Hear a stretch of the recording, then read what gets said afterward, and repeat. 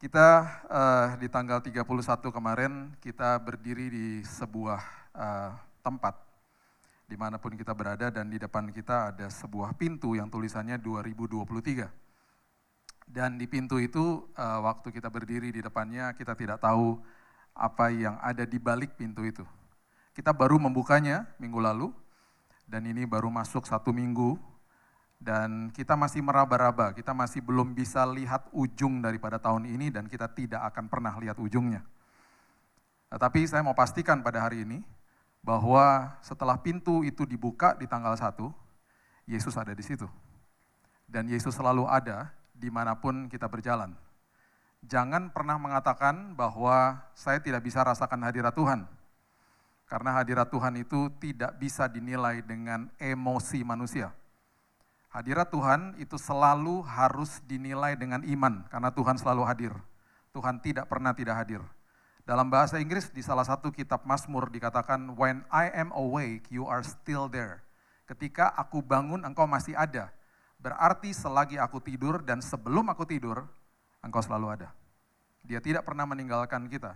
Itu sebabnya sangat menggelitik saya ketika banyak orang yang mengatakan bahwa saya nggak bisa rasakan hadirat Tuhan, Pak. Datang ke sebuah ibadah, tata ibadahnya dinilai, dihakimi, bahkan mungkin atau enggak misalnya ibadah online, saya nggak bisa rasakan hadirat Tuhan dan lain sebagainya, alasan-alasan yang dibuat. Kita hidup di dalam dunia ini dan kita selalu akan melihat masalah.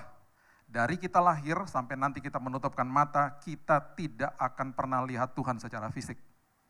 Dan kita diminta untuk percaya kepada Tuhan, hanya mendengarkan suaranya, itu pun tidak audible. Dan Tuhan tahu itu sulit. Itu sebabnya Yohanes yang adalah teman daripada Thomas, dia mengutip di dalam kitabnya, dia katakan, ketika Yesus mengatakan kepada Thomas, karena engkau telah melihat aku, makanya engkau percaya. Apapun yang kita lihat, pastinya kita percaya. Tetapi dia tulis sesuatu yang sangat luar biasa, yang Yesus katakan, dia katakan begini, berbahagialah orang, atau makarioslah orang, bahasa aslinya, atau blessed are you, diberkatilah engkau, orang-orang yang tidak melihat, namun percaya. Diberkatilah jemaat NDC, yang tidak lihat Tuhan secara fisik, namun percaya. Diberkatilah kita semuanya yang walaupun tidak lihat ujung daripada 2023, namun kita percaya berjalan bersama sumber atas segala sumber. Tuhan atas segala Tuhan, dan itu bagi saya sudah cukup. Firman Tuhan tidak pernah dikatakan bahwa firman adalah lampu sorot. Firman Tuhan adalah pelita. Itu sebabnya kita hanya bisa lihat hari lepas hari. Dan sering kali kita menggerutu dan kita bertanya, mau kemana Tuhan? Kapan Tuhan saya bisa menemukan ujungnya? Bagaimana Tuhan caranya? Banyak pertanyaan-pertanyaan seperti begitu dan seringkali Tuhan hanya diam. Dia tidak membalas pertanyaan kita. Dan hati-hati ketika kita tidak mengucap syukur. Pertanyaan-pertanyaan itu akan berubah menjadi sebuah kondisi yang akhirnya kita mempertanyakan Tuhan. Tuhan ada gak sih? Tuhan bisa gak sih? Hati-hati, bertanya sah saja. Tetapi di dalam pertanyaan kita kepada Tuhan, isi masa itu dengan ucapan syukur. Orang Kristen dari dia berdoa sampai dia dapat jawaban doa, itu adalah zaman atau masa krusial. Kalau dia tidak isi dengan ucapan syukur, banyak orang berguguran imannya. Tapi saya mau pastikan pada hari ini, percayalah bahwa ketika kita berjalan bersama sumber atas segala sumber, ujungnya pasti aman dan nyaman. Saya mau memberikan sebuah kisah kepada Bapak Ibu sekalian, kita baru melewati Natal. Ada sebuah kisah dari Majus yang diceritakan dan seringkali disalah artikan. Di sini kalau ada ketua drama tolong dicatat. Ya, orang Majus itu tidak pernah disebutnya 3 di Alkitab. Pemberiannya 3. Tidak pernah disebut 3. Ya, kita baca ya Matius 5, Matius 2 maksud saya, ayat yang pertama mengatakan begini. Orang Majus ini adalah orang-orang yang tidak tahu awalnya kemana mereka harus pergi. Mereka tidak tahu bahwa mereka harus ke Betlehem pada akhirnya. Alkitab mengatakan begini, sesudah Yesus dilahirkan di Betlehem di tanah Yudea pada zaman Raja Herodes, sesudah Yesus lahir, datanglah orang-orang Majus dari timur ke Yerusalem. Oke? Dari timur, itu kalau misalnya kita melihat area timur itu, kalau kita lihat di perjanjian lama, itu didiami sama Bani Moab dan Bani Amon, Bani yang sangat keji. Orang Majus adalah orang-orang yang disebut the Magis, the wise men, the kings, orang-orang yang cukup elit. ada kemungkinan besar mereka bukan dari area situ. Kita harus tarik lagi daerah lebih timur lagi, itu ketemulah daerah seperti Mesopotamia, Persia, Babilonia, yang sekarang adalah Irak dan Iran. Oke lah, kita berasumsi mereka datang dari situ karena itu area yang paling dekat. Area paling dekat dengan Yerusalem, yang ada kemungkinan besar mereka datang dari situ, itu jaraknya sekitar 2000-an kilo. Dan zaman itu ketika mereka travelingnya adalah memakan waktu sekitar 30 hari karena tidak ada jalan tol dan tidak ada pesawat terbang. Hari-hari ini ketika saya mengajak teman saya untuk pergi bepergian dengan jarak sekitar 2000 kilo, itu bisa ditempuh dengan pesawat terbang sekitar 2 jam sampai 2,5 jam mungkin. Dan itu sangat mudah.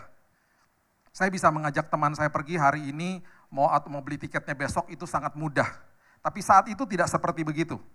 Dan saat itu orang-orang Majus dinilai kedaulatan mereka lewat apa yang mereka berikan. Jadi mereka sering mengadakan kunjungan-kunjungan ke teman-temannya. Dan sejarah mencatat satu orang Majus itu bisa rombongannya kalau berangkat 40 orang. Karena mereka harus membawa logistiknya yaitu berupa makanan ternaknya, tenda buat sang rajanya, dan semua kebutuhan-kebutuhan logistik. Jadi ada kemungkinan 40 orang. Jadi untuk pembahasan pagi hari ini, oke lah kita sebut 3 orang Majusnya. Nggak pernah disebut 3, tapi kalau kita sebut 3, berarti rombongan Majus yang datang ke Yerusalem dan akhirnya ke Bethlehem ada 120 orang. Jadi ketika fakta ini saya beritahu kepada beberapa gereja yang tadinya mau mengadakan pagelaran Majus, nggak jadi. Karena mereka katakan begini, Pak, ngejahit baju Majus 3 aja mahal, karena bajunya itu kan mewah-mewah. Buat 120 rombongan, nanti kas gereja tekor, nggak usah Pak. Nah, sekarang perhatikan fakta ini. Mereka tidak pernah diberitahu bahwa mereka harus ke Bethlehem. Alkitab mencatat dengan jelas, mereka bertanya di istana Herodes di Yerusalem. Jadi, perhatikan fakta ini baik-baik juga. Mereka adalah orang pandai, orang pintar. Dan mereka pasti mendapatkan sebuah pewahyuan dan sebuah dorongan dari Roh Kudus atau Roh Allah pada saat itu yang mengatakan kepada mereka bahwa kamu harus pergi ke arah Yerusalem dan kamu harus menjumpai seorang raja yang baru lahir. Bukan punya istana dan punya kerajaan loh. Raja yang baru lahir. Bagi mereka saat itu adalah pernyataan-pernyataan atau fakta yang mungkin saja konyol bagi mereka. Itu sebabnya saya percaya mereka nggak segampang itu ketika mereka mendapatkan pewahyuan itu untuk mengatakan kepada keluarganya, istrinya, atau ajudan-ajudannya karena mereka orang pandai.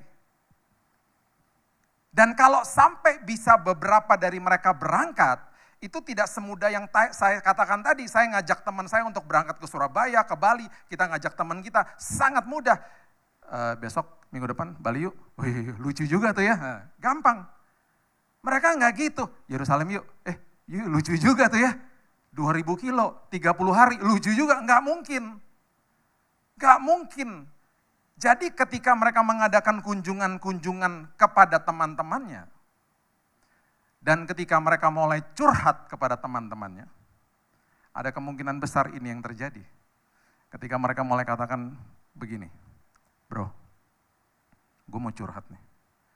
Kemarin, gue mimpi didatengin sama Roh Tuhan. Gue gak berani loh kasih tahu istri gue. Gue gak berani kasih tahu ajudan gue. Gue disuruh berangkat ke Yerusalem dan ada dorongan yang kuat dan gue pengen berangkat. Makanya gue curhat sama lo. Tapi gimana ya? Lu mimpi apa? Ya itu, dikatakan bahwa ada raja yang baru lahir. Tahu gak temen yang ngomong apa? Bro, gue juga. Kemarin malam gue juga mimpi yang sama. Gue gak berani kasih tahu istri gue. Gue gak berani kasih tahu ajudan-ajudan gue. Karena konyol banget. Kita disuruh mengunjungi raja yang baru lahir. Tiba-tiba beberapa dari mereka terkonfirmasi. Dan pastinya mereka dipertemukan oleh Tuhan. Dan akhirnya mereka mengambil keputusan untuk berangkat. 30 hari loh. Dan bisa bayangkan di tengah perjalanan ajudan-ajudan mereka bertanya, bos mau kemana bos? Nggak tahu. Ribuan tahun sebelum itu, Nanti ibadah kedua kita akan bahas. Ada seorang namanya Abraham, disuruh Tuhan juga pergi dari tanah yang namanya Ur. Di daerah situ juga. Suruh pergi, dikasih tahu arahnya, tetapi kota tempat ia tujui tidak pernah diberitahu sama Tuhan. Kita diberikan arahnya hari ini. Tahun 2023 ya inilah arahnya. Ujungnya tahu nggak? Nggak tahu. Tuhan cuma bilang apa? Berangkat dan pergi ke sana. Dan pastikan kamu tahu bahwa kamu berjalan sama saya. Mereka akhirnya tiba di Yerusalem. Dan yang ketika Alkitab mengatakan di ayat yang kedua, dan bertanya-tanya di manakah dia raja orang Yahudi yang baru dilahirkan itu, kami telah melihat bintangnya di timur dan kami datang untuk menyembah dia. Bingunglah Herodes. Ketika Raja Herodes mendengar hal itu, terkejutlah ia beserta seluruh Yerusalem dan pasti dia bertanya kepada keluarga besarnya, ada nggak yang baru lahir? Karena orientasinya dia adalah bayi yang lahir akan menjadi raja, berarti menggantikan dia toh. Jadi dia tanya sama keluarganya, ada nggak yang baru lahir yang kamu nggak kasih tahu saya? Nggak ada. Terus dia makin bingung, dia tanya sama rakyat atau bangsa yang ada saat itu, tepatnya di kota Yerusalem, ada nggak bayi yang baru lahir yang katanya akan menggantikan saya? Pastinya kan gitu. Dia kan insecure langsung. Terkejutlah Yerusalem. Udah nggak dapat jawaban kemana-mana, akhirnya dia turn into the Pharisees. Dia pergi ke ahli-ahli Taurat, dia panggil ahli-ahli Taurat, dia katakan begini, sekarang kamu buka gulungan-gulungan kitab yang mungkin aja ada tertulis nubuatan-nubuatan yang mengacu kepada hari ini, yang mengatakan bahwa ada seorang bayi yang baru lahir yang akan jadi raja. Coba kamu buka tuh gulungan-gulungan kitab. Itu sebabnya ayat 4 dikatakan, maka dikumpulkan semua imam kepala dan ahli Taurat bangsa Yahudi, lalu diminta keterangan dari mereka di mana Mesias akan dilahirkan. Dan semua ahli Taurat masuk ke dalam sebuah ruangan mungkin dan mereka mulai membuka gulungan-gulungan kitab Nabi. Mereka mulai meneliti satu-satu. Bisa bayangkan 120 rombongan itu, betapa nervousnya mereka. Karena ketika ahli Taurat itu keluar dari ruangan itu dan mengatakan, nggak ketemu, nggak ada tuh nubuatan-nubuatan tentang hari ini. Ada dua kemungkinan, rombongan besar itu akan tetap mencari atau pulang. Dan raja-raja itu, para demegis atau orang majus itu malu pastinya. Itu adalah momen yang sangat nervous bagi mereka. Puji Tuhan. Di dalam perjalanan tahun 2023 ini, sama seperti orang-orang majus, kita akan dipertemukan dengan orang-orang yang tepat. Kita akan dipertemukan dengan kesempatan yang tepat. Karena itulah Tuhan yang akan terus membawa kita ke dalam perjalanan iman kita sampai ke tujuan dengan selamat, aman, dan nyaman. Itu sebabnya mereka dipertemukan sama Herodes. Itu sebabnya mereka dipertemukan sama ahli-ahli Farisi, ahli-ahli Taurat yang membuka kitab nabi-nabi dan menjadi kesaksian yang luar biasa ketika mereka keluar dari ruangan itu. Ayat yang kelima mengatakan mereka berkata kepadanya, pasti ini dalam konteksnya berteriaklah. Karena mereka ketemu gulungan kitabnya di Bethlehem, ternyata di tanah Yudea. Betul.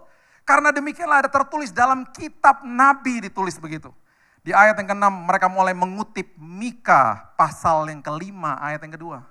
Dan itu ada di Alkitab kita semuanya. Yang rupanya Nabi Mika sudah menubuatkan tentang hari itu yang mengatakan, dan engkau Bethlehem tanah Yehuda, engkau sekali-kali bukanlah yang terkecil di antara mereka yang memerintah Yehuda, karena daripadamu akan bangkit seorang pemimpin yang akan menggembalakan umatku Israel. Jadi waktu mereka mendeklarasikan nubuatan Nabi Mika itu pasti 120 rombongan itu peluk-pelukan. Yeay, benar. Dan mereka dapat jawabannya di situ. Ternyata Tuhan bawa mereka ke Yerusalem dan di situ Tuhan akhirnya memberitahu tujuan hidupmu atau perjalananmu adalah Bethlehem. Tanggal 10 Desember 2018, saya kolaps di kamar mandi saya. Dan saya dilarikan ke rumah sakit.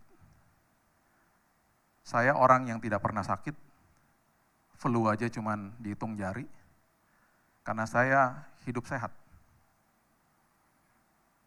Dan ketika saya dilarikan ke rumah sakit, mereka belum dapat jawaban, saya dilarikan ke Singapura, tanggal 2 Januari 2019. Saya berhadapan dengan seorang dokter yang keluar hasil diagnosanya dan mengatakan, Pak, Bapak terkena acute myeloid leukemia, kanker darah yang paling akut. Saya bertanya sama dokternya, dok, stadium berapa? Dia katakan Kanker darah nggak ada stadiumnya Pak, yang ada jenis. Jenisnya Bapak adalah jenis yang paling akut. Dan ini yang dia katakan, usia Bapak hanya 3 bulan. Apakah saya bisa lihat ujung perjalanan saya? Tidak. Apakah secara emosi, secara fisik, secara perasaan saya dan istri saya takut saat itu? Betul takut, tetapi tidak ketakutan. Orang Kristen takut itu normal, karena kita punya emosi. Tapi jangan sampai hidup di dalam ketakutan, karena ada 7.000 lebih janji firman Tuhan. Saya nggak bisa lihat ujungnya. Yang saya bisa lihat hanya lantai 8 di mana saya dirawat akhirnya, di Singapore General Hospital. Yang setiap hari saya mendengar orang menjerit, orang menangis, orang membunuh diri. Karena itu lantai kemo. Kenapa orang membunuh diri? Karena begini, kanker itu sakit. Di kemo makin sakit. Sampai-sampai orang-orang ini harus diborgol di tempat tidur. Dan setiap hari saya mendengar jeritan orang menangis karena sanak keluarganya meninggal. Itu lembah bayang-bayang maut saya setiap hari. Apakah saya bisa lihat ujungnya? Nggak bisa. Karena firman Tuhan bukan lampu sorot. Firman Tuhan dengan jelas adalah pelita bagi langkah-langkahmu. Yang saya bisa lihat hanya hari lepas hari. Dan yang saya bisa lihat dan saya bisa lakukan setiap hari. Terima kasih Tuhan. Terima kasih Tuhan. Bahwa saya masih berjalan bersama dengan Tuhan. Dan setiap hari belajar mendeklarasi bahwa ujungnya Tuhan pasti aman dan nyaman. Karena saya jalan bersama sumber atas segala sumber. Dipertemukan dengan orang yang tepat, jelas.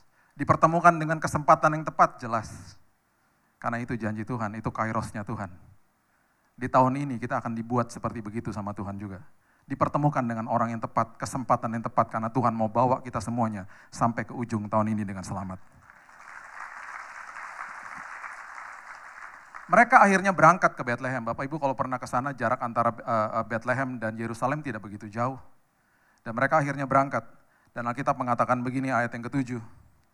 Lalu dengan diam-diam Herodes memanggil orang-orang Majus itu dan dengan teliti bertanya kepada mereka, bila mana bintang itu nampak? Kemudian ia menyuruh mereka ke Bethlehem, katanya, pergi dan selidiki dengan seksama hal-hal mengenai anak itu, dan segera sesudah kamu menemukan dia, kabarkanlah kepadaku supaya aku pun datang menyembah dia. Kita sudah tahu, dia punya evil plot, dia mempunyai rencana yang sangat keji dan sangat kejam karena dia mau membunuh anak-anak pada saat itu. Setelah mendengar kata-kata raja itu, berangkatlah mereka, dan lihatlah bintang yang mereka lihat di timur mendahului mereka hingga tiba berhenti di atas tempat di mana anak itu berada. Ketika mereka melihat bintang itu, sangat bersukacitalah mereka. Dan perhatikan ayat yang ke-11 ini. Maka masuklah mereka ke dalam rumah itu. Katakan bersama-sama saya 2, 3, rumah itu. 2, 3, rumah itu. Oke. Dan melihat anak itu, katakan bersama-sama saya 2, 3, anak itu, bersama Maria ibunya, lalu sujud menyembah dia. Mereka pun membuka tempat harta bendanya, mempersembahkan persembahan kepadanya, yaitu emas, kemenyan, dan mur.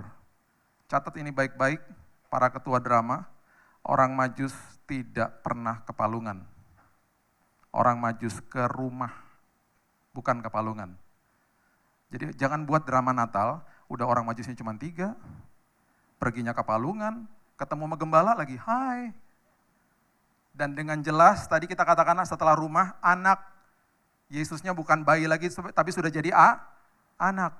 Yusufnya disebut nggak? Enggak, Yusufnya nggak ada, karena mungkin udah hari kerja, mungkin Gojek, saya nggak tahu. Yusufnya nggak disebut. Jadi jangan buat drama Natal, dan kalau kita baca apa yang mereka persembahkan kepada Yesus pada saat itu bahasa aslinya sacks of gold, karung. Udah orang Majusnya 3, bawa persembahannya kotak kecil, udah gitu ke palungan, ketemu sama gembala, Yesusnya masih bayi, ada Yusuf, udah salah semua udah. Orang Majus tidak pernah ke palungan, orang Majus ke rumah. Dan kita sudah tahu ujung ceritanya, mereka tidak kembali seperti jalan yang tadinya mereka planning, karena Roh Allah mengatakan kepada mereka, jangan ketemu lagi sama Herodes. Itu yang terjadi sama mereka. Mereka tiba di ujung perjalanan mereka dengan luar biasa. Hari-hari ini, jangan kaget kalau di dalam tahun 2023, pertanyaan-pertanyaan yang saya tadi katakan, kita masih bertanya kepada Tuhan dan itu sah-sah saja. Salah satu ayat yang populer di Alkitab adalah Mazmur pasal yang pertama, ayat yang ketiga yang mengatakan apa? Ia seperti pohon yang ditanam di tepi aliran air, berbuah pada musimnya. Daunnya tidak akan layu. Apapun yang diperbuatnya berhasil. Dan kita suka ayat-ayat seperti begitu karena ujungnya ada berhasil-berhasilnya. Kita lupa ayat itu ada kata ditanam. Ditanam itu nggak enak, letaknya di bawah tanah, 11-12 sama jenazah dan bangkai. Itu sebabnya selalu iblis akan membohongi kita dan mengatakan, udah nggak ada harapan. Karena diperlihatkan di bawah betul-betul tempatnya gelap, tidak menentu, seolah-olah tidak ada kepastian, dan ada di bawah. Di Jakarta sekarang ada gedung namanya Autograph Tower, 380 sekian meter. Kalau nggak tahu tempatnya di mana, kalau lewat Grand Indonesia lihat di sebelah. Kalau arah ke Semanggi sebelah kanan, itu ada gedung tertinggi di Indonesia yang baru, mungkin sudah jadi kali sekarang. Udah kelihatan kok sampai atasnya. Waktu gedung itu sedang dibangun, berbulan-bulan ketika lewat di situ saya ngomong sama istri saya, ini kok nggak keluar-keluar ya gedungnya ya, lantai satunya kok nggak pernah kelihatan ya, lama banget. Saya ketemu sama teman yang arsitek, dia katakan, Bill, kalau gedung tinggi, fondasi dibangun ke bawahnya lama dan mahal. Makanya MRT lebih mahal dari LRT. Bangunnya di bawah. Kabar baik bagi kita. Kalau sekarang kita tanya, Tuhan kapan sih proses ini selesai? Kok lama banget Tuhan? Berarti Tuhan lagi bangun fondasi ke bawah. Dan itu sebabnya kita akan dibawa menjulang tinggi sama Tuhan kalau sudah tiba waktunya. Karena ada proses ditanam. Jadi kalau lagi ditanam sama Tuhan, bilang apa? Terima kasih Tuhan. Dan persiapkan hidup saya supaya nanti ketika menjulang tinggi saya tidak akan sombong. Dan kalau ada badai saya kuat karena sudah ada fondasi karakter di bawahnya. Makanya apapun yang diperbuatnya berhasil. Makanya jangan mutilasi ayat. Dibaca benar-benar, berbuah pada musimnya, daunnya tidak akan layu. Saya baru kembali kemarin dari Los Angeles, dari Amerika. Saya pernah tinggal di sana 13 tahun. Saya baru menghadiri anak saya baru wisuda 3 minggu lalu. Negara yang 4 musim. Ini berarti winter time ya. Jelek pohon-pohonnya. Kenapa? Karena sebelum musim dingin, itu ada musim gugur namanya. Kenapa musim gugur? Karena daun-daun dari pohon itu rontok semuanya, karena pohonnya tidak mengalirkan nutrisi ke ranting-rantingnya, untuk menyimpan nutrisinya untuk musim dingin, supaya pohon-pohon itu bisa bertahan. Makanya jelek pohon-pohonnya nggak ada daunnya.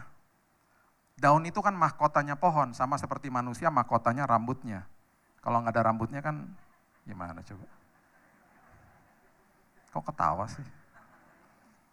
Istri saya suka bilang, minta maaf sama jemaat, kamu kalau di atas mimbar suka kepantul loh cahaya dari jemaatnya silo lagi, kasihan tau gak?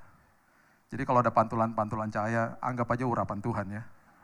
Gak pakai bedak soalnya. Masuk setelah musim dingin, itu namanya musim semi. Setelah udah survive di musim dingin, nutrisi disalurkan ke ranting-ranting. Keluarlah akhirnya daun-daun yang baru. Berarti pohon itu bergantung sama musim. Ketika musim-musim seperti begitu, mereka akhirnya kelihatan tidak bagus, kelihatan bagus dan tidak bagus lagi, dan seterusnya. Tetapi janji firman Tuhan mengatakan apa? Musim boleh berubah, daunmu tidak akan layu. Berarti kemuliaan Tuhan dan apa yang namanya kebesaran Tuhan dalam hidup kita akan selalu terlihat sama dunia. Saya di tempat tidur saya. Dan tiba-tiba teman saya yang bukan orang percaya, WhatsApp-in saya. Karena saya nggak kasih tahu siapa-siapa, hanya teman dekat dan keluarga waktu saat itu. Saya tidak posting-posting juga. Dan tiba-tiba teman saya bilang gini, Bill, gue sedih banget, gue baru dengar kabar lu. Terus kita ngobrol di WhatsApp. Tiba-tiba dia bilang gini, kok dari tadi lu kayak, gue nggak lihat lu ada ketakutan gitu loh. Terus dia tiba-tiba ngomong gini, kok seolah-olah seperti lu ada damai. Nah, terus dia bilang lagi, gue gak pernah tuh ngerasain damai kayak begitu. Gimana dapetnya? Wah, kesempatan.